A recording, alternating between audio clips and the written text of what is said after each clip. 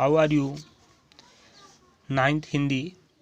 इसमें हमने प्रेमचंद की पढ़ा में फर्स्ट पार्ट में पढ़ा कि दो बैलों की कथा में प्रेमचंद जी द्वारा देखी गई। अब दूसरा पार्ट शुरू होता है।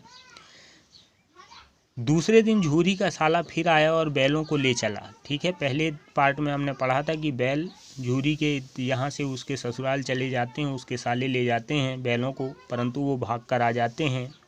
दूसरा दिन होता है, वो फिर आते हैं बैलों को लेने और ले चलता है। अब की बार उसने दोनों को गाड़ी में जोता। ठीक है, किस तरह लेके गया, गाड़ी में जोत कर लेके गया। 2-4 बार मोती ने गाड़ी को सड़क की खाई में गिराना चाहा, पर हीरा ने संभाल लिया। वह ज़्यादा सहनशील था। ठीक है, उसने क्या किया कि पहले तो नहीं जाना चाहते थे वो, इसलिए गाड़ी को खाई में गिराना, गड्ढे में गिराना चाहते थे, परंतु हीरा नामक जो बैल था उसने उसको संभाल लिया। संध्या समय घर पहुंचकर दोनों को मोटी रस्सियों में बांधा और कल की शरारत का मजा चखाया। फिर वही सूखी भूसा डाल दिया। अपने दोनों बैलों को खली चूनी सब कुछ दी। ठीक है, उसके साथ फिर भेदभाव किया, खाने में वही सूखा भूसा उसको दिया गया। दोनों बैलों का ऐसा अपमान कभी न हुआ था। झूरी इन्हें फूल की छड़ी से भी न छूता। जिसकी टिक्कार पर दोनों उड़ने लगते थे वहाँ मार पड़ी। आहत सम्मान की व्यवस्था तो थी ही, उस पर भी मिला सूखा भूसा। ठीक है, नांद की तरफ आंखें तक न उठाई। दूसरे दिन गया ने बैलों को हल में जोता, पर उन दोनों ने जैसे पाँव न उठाने की कसम खा ली। ठीक है, दोनों बैल क्या किए, हल में उनको जोता गया, परंतु दोनों बैल संकल्पित हो गए कि अब हम काम नहीं करेंगे। उनने पैर भी नहीं उठाया। वह मारते मारते थक गया, पर दोनों ने पाँव न उठाया। एक बार जब उस निर्दयी ने हीरा की नाक पर खूब डंडे जमाए तो मोती का गुस्सा काबू से बाहर हो गया। हल लेकर भागा। हल, रस्सी, जुआ, जोत सब टूट टाट कर बराबर हो गया। गले में पड़ी रस्सियां ना होती तो दोनों पकड़ाई में न आती। ठीक है, इतना गुस्सा आया कि उसने हल, बैल, जो रस्सी थी ना जोत थे, वो सब तोड़ ताड़ दिए, परंतु गले में रस्सी होने के कारण उसको पकड़ लिया गया, नहीं भाग जाते। हीरा ने मूक भाषा में कहा, भागना व्यर्थ है। हीरा समझाता है दूसरे बैल को कि भागना व्यर्थ है। मोती ने उत्तर दिया, तुम्हारी तो इसने जान ही ले ली थी। ठीक है, अब की बार बड़ी मार पड़ेगी।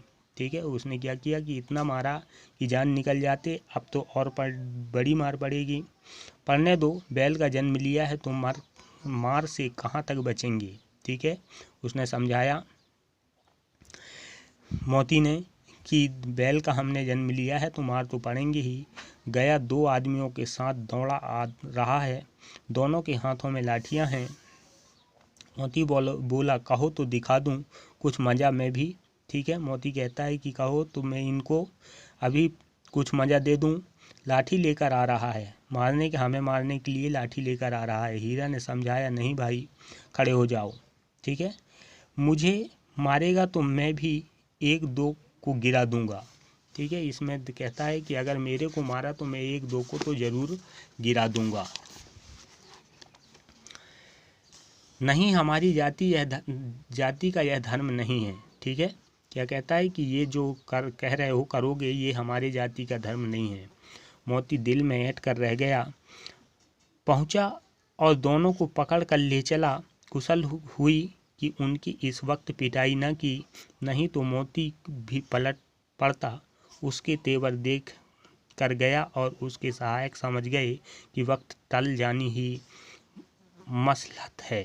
ठीक है, उसने देखा कि जो आदमी उसको पकड़ने आए थे उनने मारा नहीं, सिर्फ उसको पकड़ा और लेकर चला गया। आज दोनों के सामने फिर वही सूखा भूसा लाया गया। ठीक है, फिर खाने में वही सूखा भूसा दिया गया। दोनों चुपचाप खड़े रहे। घर के लोग भोजन करने लगे। उस वक्त छोटी सी लड़की 2 रोटियां लिए निकली और दोनों के मुंह में देकर चली गई। ठीक है, यहाँ परिवर्तन होता है कि जैसे उसने भोजन नहीं किया, घर से एक छोटी लड़की आती है और 2 रोटियां, एक रोटी दोनों के मुंह में देकर चली जाती है। उस एक रोटी से इसकी भूख तो क्या शांत होती, पर दोनों के हृदय को मानो भोजन मिल गया। ठीक है, वो संतुष्ट हो गए लड़की के द्वारा दी गई रोटी से। यहाँ भी किसी सज्जन का वास है। दोनों बैल सोचने लगे कि चलो यहाँ पर भी कोई अच्छे या सज्जन का वास है। लड़की भोरे की थी, ठीक है, उसकी माँ मर चुकी थी। लड़की जो थी वो भोरे की थी, दूसरे की थी, और उसकी माँ क्या थी, मर चुकी थी। सौतेली माँ उसे मारती रहती, ठीक है। जो सौतेली माँ थी उसका व्यवहार सही नहीं था, इसलिए उन बैलों ने उसे एक प्रकार की आत्मीयता हो गई, ठीक है। इसलिए उस बैलों से उनका क्या हो गया, एक स्नेह हो गया, आत्मीयता हो गया।